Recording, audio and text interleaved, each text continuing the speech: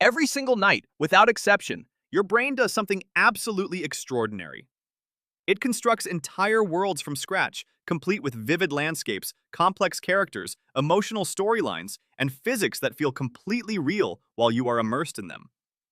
Then, mere moments after you wake, it erases almost all of it, leaving you with fragments or nothing at all. We call them dreams. Human beings have been experiencing them for as long as our species has existed, for hundreds of thousands of years. And after centuries of dedicated scientific investigation, thousands of published studies, and some of the most sophisticated brain imaging technology ever developed, we still do not have a definitive, universally accepted explanation for why they happen. That should unsettle you. Let us start with what we actually do know, what the hard data tells us. You dream primarily during a phase of sleep called REM, rapid eye movement sleep. During REM, your brain becomes almost as electrically active as it is when you are fully awake and alert. Your eyes dart rapidly back and forth beneath your closed eyelids, as if watching a movie that only you can see. Your heart rate increases and becomes irregular.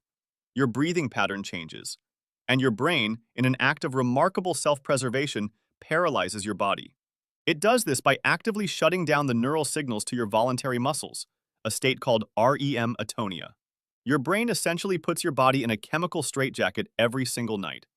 The reason is straightforward and slightly terrifying. Without this paralysis, you would physically act out your dreams. You would punch, kick, run, scream, and flail while unconscious. When the REM atonia system malfunctions, which it does in a condition called REM sleep behavior disorder, people do exactly that. They injure themselves. They injure their sleeping partners. They leap out of bed and crash into walls while fighting dream enemies that do not exist. Your brain paralyzes you every night to protect you from yourself. That alone should give you pause about what is happening inside your skull while you sleep. Now here is where the mystery deepens considerably. During REM sleep, your prefrontal cortex, the brain region responsible for logical reasoning, critical analysis, self-awareness, and reality testing, essentially powers down. It goes largely offline. This is the key to why dreams feel so absolutely, unquestionably real while you are in them. The part of your brain whose entire job is to evaluate whether something makes sense, to flag contradictions, to notice when reality is behaving impossibly, that part is asleep. So you can fly. You can breathe underwater. Your deceased grandmother can be serving you dinner in a restaurant that is somehow also your childhood bedroom, and none of it strikes you as the slightest bit odd. You accept it completely, because the neural system that would normally raise objections has clocked out for the night. Your brain's reality-checking department is closed, and whatever hallucinatory narrative your sleeping mind generates becomes, for you, the entire universe. But why? What possible evolutionary purpose does this serve?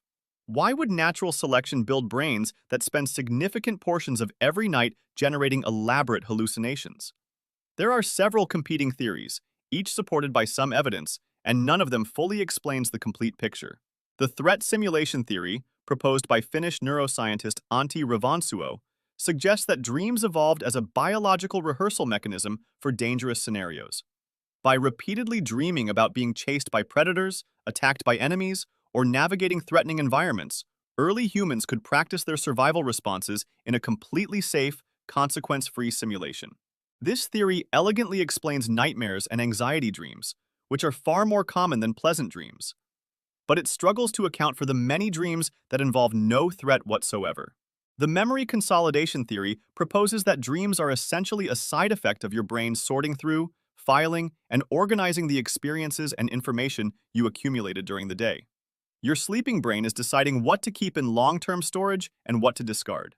Studies consistently show that people who sleep after learning new information retain it significantly better than people who stay awake for an equivalent period. Something about sleep, and specifically about dreaming, helps cement memories. The emotional processing theory argues that dreams serve a therapeutic function, helping you work through difficult emotions, unresolved conflicts, and psychological stress. People experiencing trauma, intense grief, or major life stress consistently report more vivid and more frequent dreaming. Some researchers believe REM sleep acts as a kind of overnight emotional therapy session, systematically stripping the raw emotional charge from painful experiences so you can recall them without being overwhelmed. Your brain might be performing self-administered counseling while you sleep. And then, there is the most unsettling theory of all.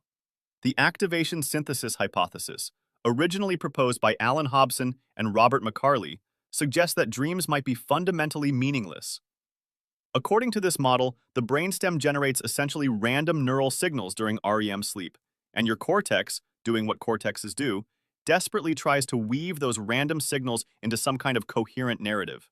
Dreams, under this theory, are just neurological noise that your storytelling brain refuses to leave uninterpreted. Your most vivid, most emotional, most seemingly profound dream might be nothing more than your brain making up stories about static. And yet, there are documented cases throughout history that seem to defy purely random explanations. The German chemist August Kekule reportedly discovered the ring structure of benzene after dreaming of a snake seizing its own tail. Paul McCartney has stated that the entire melody of Yesterday, one of the most recorded songs in history, came to him complete and whole in a dream. Dmitry Mendeleev reportedly saw the arrangement of the periodic table in a dream. Elements of the sewing machine, aspects of mathematical proofs, breakthroughs in physics, many of history's most significant creative and intellectual leaps have reportedly been connected to dreaming. Is this evidence that the sleeping brain can solve problems the waking brain cannot? Or is it survivorship bias, where we remember the rare dreams that coincidentally matched a solution while ignoring the billions of meaningless dreams that led nowhere? We still do not know. Here is what we know for certain. Every single night, you lose consciousness, become paralyzed, hallucinate elaborate alternative realities for hours, and then wake up with almost no memory that any of it happened.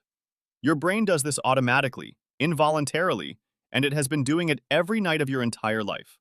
And despite all of modern neuroscience, we cannot definitively tell you why. If that does not make you question the nature of consciousness, perception, and reality itself, I am not sure what will. Subscribe if you want to keep pulling at these threads, because the deeper we look into the human brain,